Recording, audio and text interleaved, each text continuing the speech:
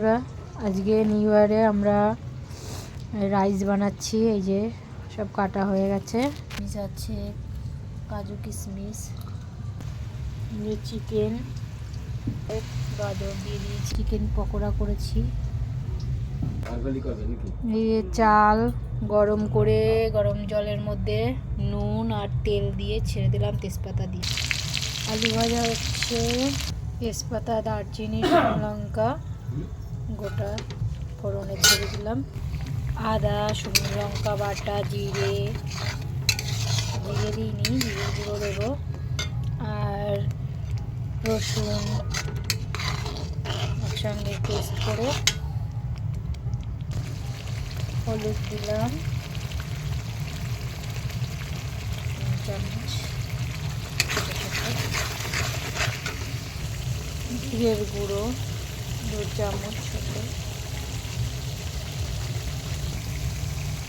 Tomato sauce দিয়ে দিলাম,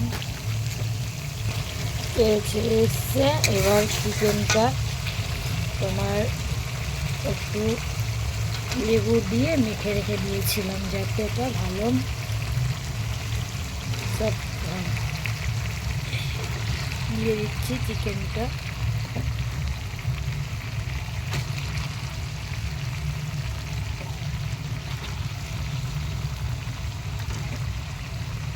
ভালো করে কষে ঢেকে ঢেকে রাইসের ভাত তৈরি হয়ে গেছে। অ্যাড করছি সব গাজর, বিনস সব কিছু অ্যাড করে দিলাম, কাঁচা লঙ্কা, তারপরে কাজু কিশমিশ। কত সুন্দর কালারফুল লাগছে। সব কিছুতে নুন দেওয়া আছে, তাও সামান্য একটু নুন দিয়ে দিচ্ছি, কেননা জলের সঙ্গে দেওয়া ছিল তো।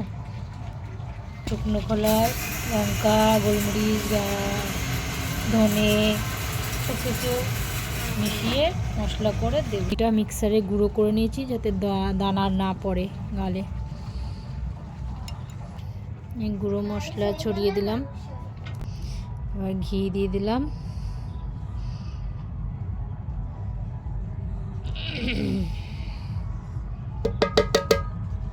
এবার নেড়ে চেড়ে নেব, হয়ে গেল রাইস। এভাবে নাড়াচাড়া করলে ভাতটা ভাঙবে না,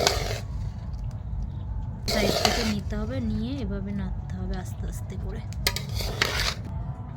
চিকেন কষাটা লাস্টে গরম মশলা, গোলাপ জল, কেওড়ার জল দিয়ে ঘি দিয়ে নামিয়ে নিলাম। দেখো কত সুন্দর কালার এসছে, সেটা দেখো,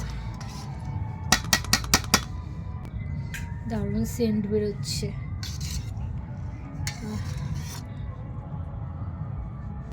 নিউ ইয়ারের জন্য ছোট্ট একটা পেস্ট্রি নিয়ে এসে আমরা নিউ ইয়ার পালন করব। হ্যাপি নিউ ইয়ার সব বন্ধুদের। সবাই ভালো থাকবে, সুস্থ থাকবে, সবাই নতুন বছর এনজয় করো। সবাইকে অনেক অনেক অনেক অনেক ভালোবাসা, আন্তরিক শুভেচ্ছা জানাই।